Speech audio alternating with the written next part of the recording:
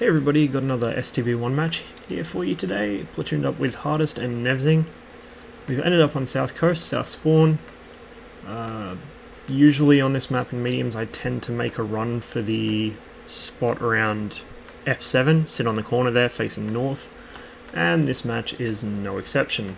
Using the STB's decent mobility, I'm going to try and get to that corner and then use my decent gun depression to get some shots off from there around anything coming down the road on the 8 line, and also shots at anything pushing down the 9 and 0 lines.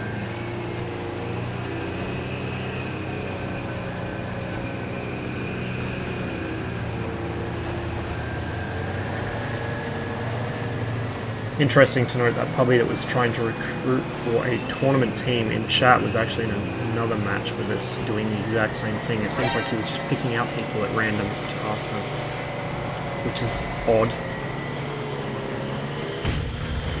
Either way, myself and the Centurion get to this corner. Nobody's pushed around it yet, but there's obviously something there. Sure enough, it's a 54E1. Now, I made a mistake here in sitting so far out. Because although nothing was lit on the 0 line, it didn't mean nothing was there. Now I did take a hit. It bounced off the top of my turret. You can actually just see the streak there above the top of the gun mantlet, but it turns out it's a Leopard prototype. It's not really something I can afford to ignore.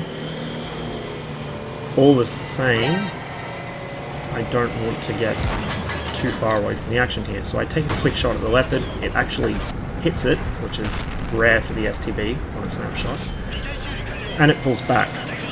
Now at this point I push back up to support the Centurion against the 54E1. This was my mistake, trying to focus on the 54E1 who was just baiting it behind a rock. He wasn't actually doing any damage, and sure enough the Leopard gets another shot into me, and this time my snapshot misses, or rather bounces. A bounce and a miss are basically the same thing for most intents and purposes, although sometimes bounces will actually cow enemies into not leaving cover. In this case, I'd thrown away a third of my hit points already, basically to do nothing. Not really the best start to the match. However, the enemy 50B and E75 start pushing down, which was not a clever move on their part. I was actually worried initially because I thought that they were going to begin focusing me and knock my hit points off, and although they were diverting all their attention, or I suppose I should say devoting all their attention to myself and the Centurion, they weren't actually putting out any effective fire. I'm not sure why.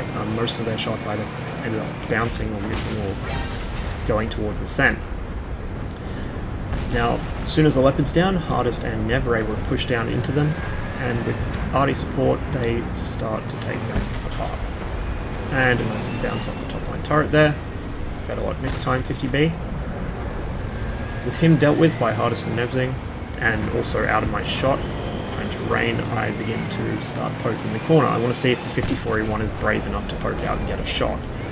Turns out he's not. He's either withdrawn or he's hiding really hard behind that rock. Unfortunately, what happens is the AMX 1390 catches me off guard, comes scooting up, kills the Sen, and then I take hits from both him and the 54E1 before thankfully Hardest is able to save me.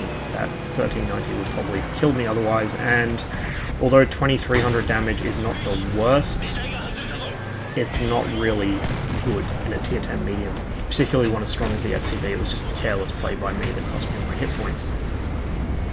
I'm now one-shottable for pretty much everything left alive on the enemy team. In fact, I am one-shottable for everything left alive on the enemy team.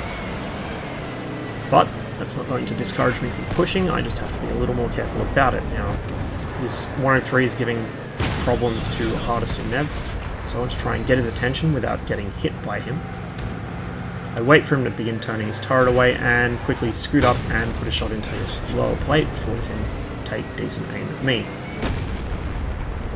Now to finish off the 54E1. The Ferdinand above me and to my left is being covered by Hardest and Nev to make sure he doesn't come down and try and pop one into my engine deck while I'm distracted by the 54.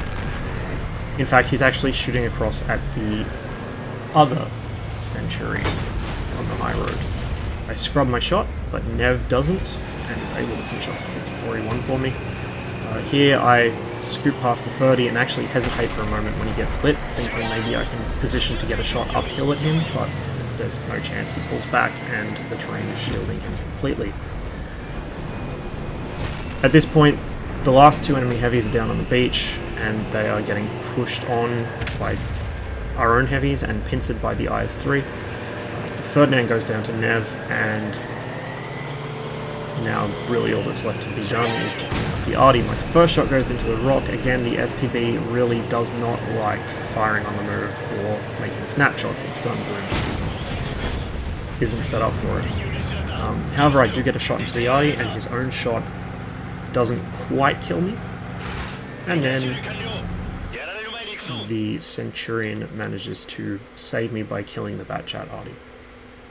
So a cool 3,800 damage game, nearly 3,900. The STB is really good for this kind of thing. It just puts out so much damage so quickly.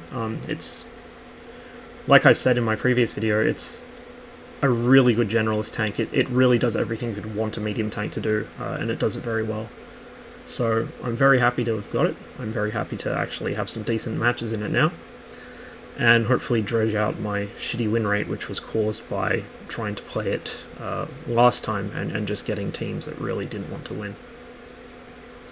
I'm planning on dropping one of the special reward crews into the STB once I actually get enough of them. What I've done is, because they are offering a maximum of 20 of the female crew members, I'm dropping 4 in 5 nations tanks. So I've gone British mediums,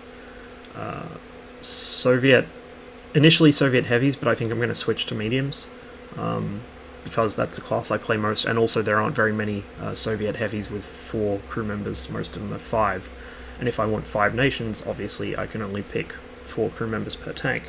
So British mediums, Soviet mediums, Japanese mediums, specifically the STB. This is my Chiiri crew at the moment. I'm going to swap them back to the Chiiri once I get the crew for this. US mediums, my M48 Patton, and French tanks, maybe French heavies, I'm not sure, I haven't decided yet, or maybe even French mediums, and then in the 30B when I get it. And am I missing anyone here? I'm sure I'm missing something. Sorry, I should have thought this out beforehand, but I just kind of ad-lib everything when I record these videos, as you can probably tell. So British, Soviet, Japanese, American, and French. Yeah, so that's how I'm sorting out my crews. Mostly on medium tanks, as I said. French crew could go either way. I'm not sure yet. But that's quite a ways off now. I've almost finished the Stugfall mission. I was actually trying today to get both the SPG-15 and LT-15 missions unsuccessfully. I actually had some really, really good light tank games in the process, which will be going up later. I had a lot of decent FV304 games. When I say decent 304 games, I consider a good 304 game to be 2.5k damage or up. These were all 1800 damage, so I was missing the SPG-15 mission by 300 damage on multiple occasions simply because my team rolled through the enemy team, or the enemy team folded my team in half. There were a couple close calls, but really it's just going to be one of those things that happens when it happens, I guess. Light tank missions, similarly, I've not been doing any spotting today. I think the most spotting I did was 1600, and that was a match where I just went ham on the enemy team with my own gun, because I couldn't be bothered, waiting for my teammates to do damage. So that one is probably a fair ways off as well, but at least once I get those out of the way, I can start looking at the missions for the T28 concept, which are probably going to be absolutely fucking miserable if the experiences of other goons are any indication. But once I do get the Stug 4, I'll try and play a couple matches in it, see how it goes, put them up on YouTube, although I'm sure people have already put up plenty of videos of not only the Stug 4 but also the other reward tanks as well. And then we'll be back to regular programming, I guess. After this, I've got, I think, another STB game. Then I've got a couple of Wheezy 132 games, 2 of them actually. And once that's done, either I'll continue uploading my own games, because I'm sure I'll have saved some more by then, or I will get round to the queue of other Goons matches I want to put up, including some T28 concept matches. So there's that to look forwards to at some point in the indeterminate future. But until then, I'd like to thank you very much for watching. I wish you the best of luck in the field, and I'll see you on the next video.